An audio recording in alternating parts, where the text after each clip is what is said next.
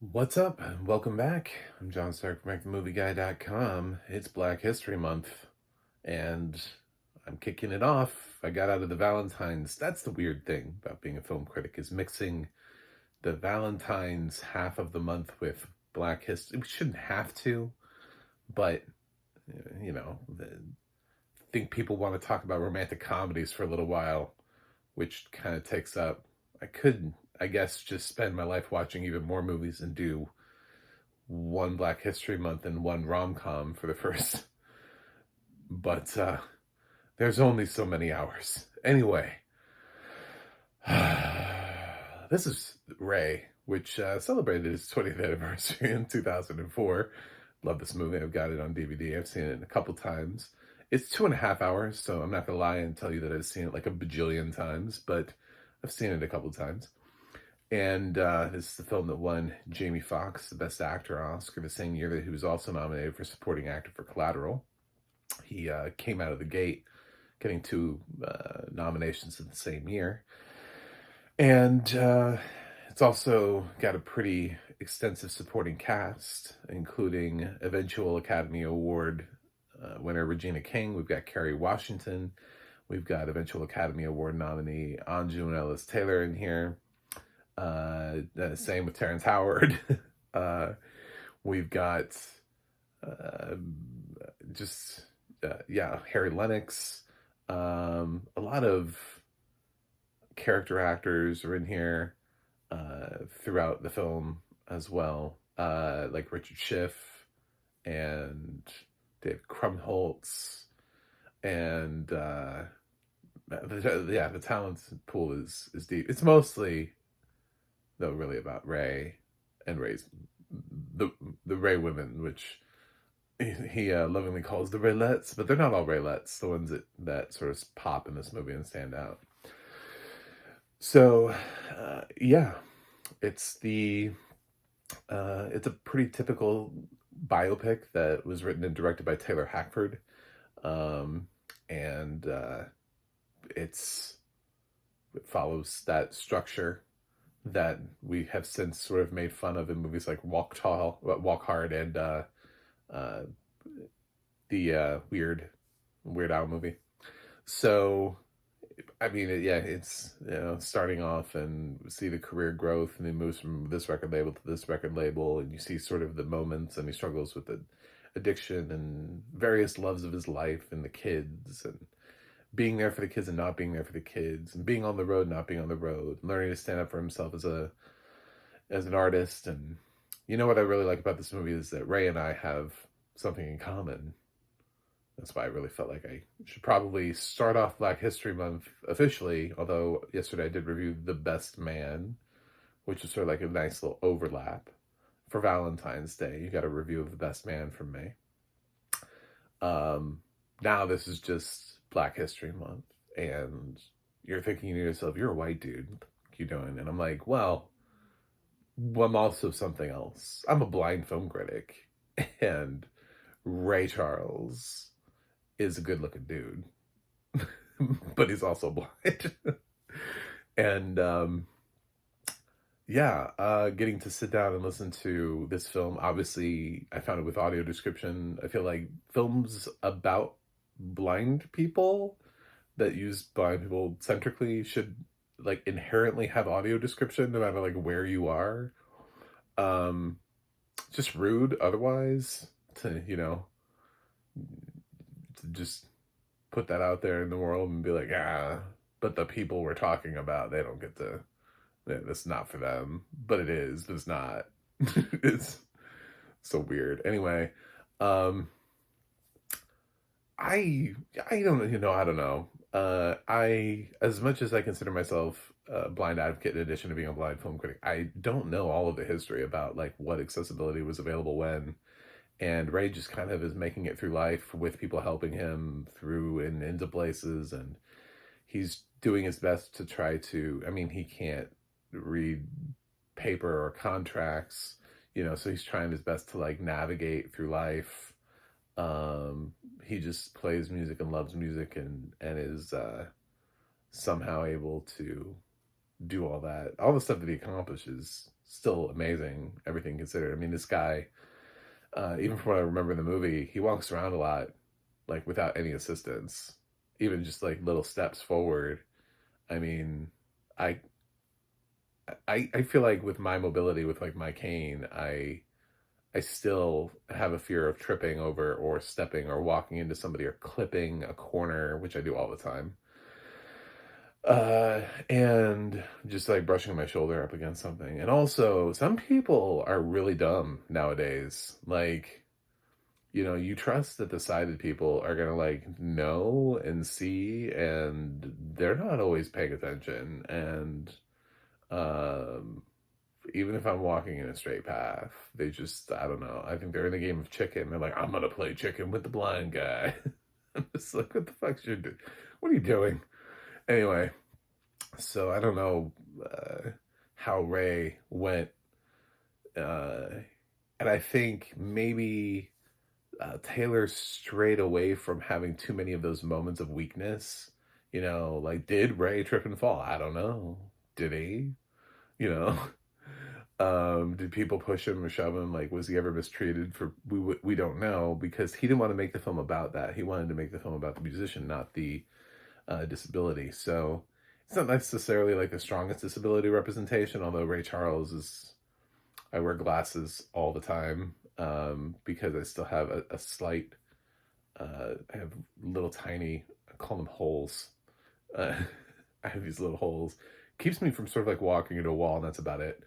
Um, and because the object has to be large enough for me to be able to see in the hole, and most things are not.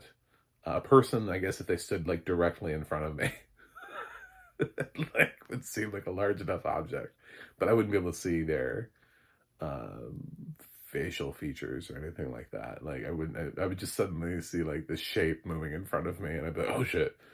So that happens sometimes when somebody walks up on me. I'm like, "What the fuck?"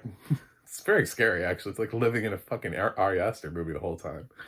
Um, so yeah, I get the notion to not want to lean into that and want to celebrate the musician and celebrate also his, what he did for civil rights, but he is also blind. So I mean, you can tackle all of it. I think you did have a 2.5 hour movie, and you have no problem tackling the drug abuse and addiction and the womanizing and all the other things that he has in his life. This is one of those things that when I look at a documentary, um, or a biopic, and I see nothing but shiny, happy people and a perfect picture of a, idyllic, uh, center piece, whoever the documentary is about. And like, it's like, did they ever? No, they never did anything wrong. They're perfect. Or the person's still involved in the film and they're like, I'm perfect. I have never once done anything to besmirch my name. And you're not putting that in the movie. Like, I'm always like, you've done something. We've all got something that we don't want people to know about. You know, it's like very few people walk out of a bathroom and go, man, I just had explosive diarrhea. You know what I'm saying? Like, shame is different for everybody. So who knows what your thing is? It doesn't necessarily mean it's illegal or that it's bad or that, it's, I don't know, you're going to hell for it or anything like that. But you got something. So stop trying to make it look like you're, that you've walked the perfect path for your whole life. And at least with Ray, it doesn't do that. It's like, hey, Ray Charles, great musician, great singer, had this iconic moment where he just said, nope, I'm not doing it, and then left, you know, and focuses on that. But it also does kind of pull all the warts out too. And one of those warts could be disability, but Taylor doesn't really know what to do with it, so he just kind of lets it be. He's just kind of like, yeah, he's blind. Really, the thing where it screws him over the most, I guess, is with money. I don't know. It's really hard to say that. Feels like his blindness didn't really affect Ray Charles in this movie. Because he doesn't really. His greatest hardship is in uh, his money problems at the beginning when he first kind of starts out. And then his solution to that is to be paid in singles so he can count the money out, which is actually kind of smart. And, um, you know, and I don't know. I mean, we have a lot of accessibility now that we didn't have back then. So I can't, I'm also trying to think about like, what do we have then? Like, what is it that but at the same time, it's likely he probably ran into some problems. But then I love some of the scenes, like when he's cooking the fried chicken in the dark, and they're like, well, "What are you doing here, cooking with the lights off?" And he's like, "Well, I mean, I feel that all the time. Let's cut the lights off." And people are like, "Why are the lights off?" And I'm like, "Because I don't need them." They actually bother my eyes. Like I'm actually really hypersensitive to light, so it actually bothers my eyes, which is one of the reasons I wear sunglasses in my videos. Is because everybody was like, "You need to use a ring light," and then I started using a ring light, and I was like, "Oh my god!" And my eyes were so irritated, and I was like, "I have to fucking wear sunglasses now." So, yeah, to try to look like I'm an actual YouTuber by using a ring light, like everybody else apparently uses. I have no idea what these videos look like, but fuck it. So now I'm wearing glasses. And for like Ray, he doesn't think about that. He doesn't wear glasses or anything. They just put glasses on him because him like staring out is just weird and creepy. It's weird. Anyway, I don't know how I feel about this movie as like disability representation, but I think this movie wasn't made with thoughts of disability representation. I think this movie was made thinking of like everything on a broader level. And when they got to like everything but the kitchen sink about Ray Charles into 2.5 hours. And then when they got to the disability portion, Taylor didn't really know what to do with it. Ray Charles died in 2004, the year the film was released. I'm sure his input was, minimal. Maybe the family. I don't know who or what or how they felt about it. It does make a point of saying at the end that Ray donated to blind and deaf charities over the years. I don't know. So I mean, from a representation standpoint, the existence of Ray Charles is always important representation for the blind community. The existence of Ray Charles is also an important representation for the Black community. He's an artist that got his own can't think of what it's called now. The thing that Taylor Swift fought for. Masters. He got his own masters. He was able to leave a record company and go to a new one where he had control of his masters, which, if you're an artist, greatly increases the amount of money that you make in your career if you own your own masters. So, yeah, it's, I mean, he broke down a lot of barriers and changed hearts and minds, and he sort of hit rock bottom and then bounced up and tried to do and change and do the right thing. And Jamie Foxx is excellent in this. He just is. I mean, it's just an excellent performance from him. I mean, sometimes it's easy to do there's the thing about, the acting, right? The doing the biopic thing and playing a real person, and then, getting down to their mannerisms and speech patterns and nailing all of that versus creating a character from nothing and also nailing that character, and which one is more impressive. I don't know. I think both. I try not to think too much about the biopic angle of it because sometimes people are really helped by makeup, like Gary Oldman in Darkest Hour. And then other times, I mean, people really are just doing a great job of matching it. Jamie and the voice and the singing. Yeah, it's, I mean, he did an excellent job, just sort of embodying Ray Charles long before really, Austin Butler, was stuck with that Elvis voice for like a year, or Timothy Chalamet was still singing Bob Dylan songs on Saturday Night Live. Jamie Foxx released Gold Digger as a single with an unfortunate very unfortunate person on that track. Talk about a song that will not age well anymore. um, I remember liking that song. I remember when we used to be able to have nice things, but now we can't. So, yeah, check out Ray. First of all, the ladies, what a trio. You know what I'm saying? Like Regina King, Kerry Washington, and Anjali Ellis Taylor. This is also one of Kerry Washington's best roles too. Like she does not always get offered the best roles, and which is why her career sort of languishes like outside of the awards races. Um, and she can kind of be taken for granted. And I think she's good here. But then I think the other two ladies are good here, which is why it would have been tough to pick just one for the Oscars for supporting actress nomination. Um, Plus, the movie's really just about Ray. So, yeah. The audio description, by the way, is Miles. Miles Neff is doing the audio description on here. The man, the myth, the legend. Rest in peace, Miles. I just love hearing his voice on everything. I immediately thought, I don't know if he was right for Ray, it being a biopic about a black man, but I also, Miles passed before my time, before doing this. Never met Miles, don't know anything about him. I just know he's a great narrator, and I love his work. And at least here, it was like comfort. It's weird to have him on this and be like, oh, I'm so used to hearing you do Pirates of the Caribbean and Star Wars and some other films.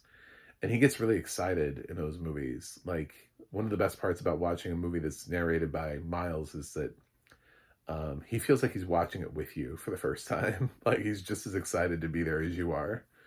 And with Ray, it's a drama. And it was really interesting to see a muted performance from him. A friend of mine who doesn't like performative audio description, doesn't like Miles. And I'd be like, check Ray out.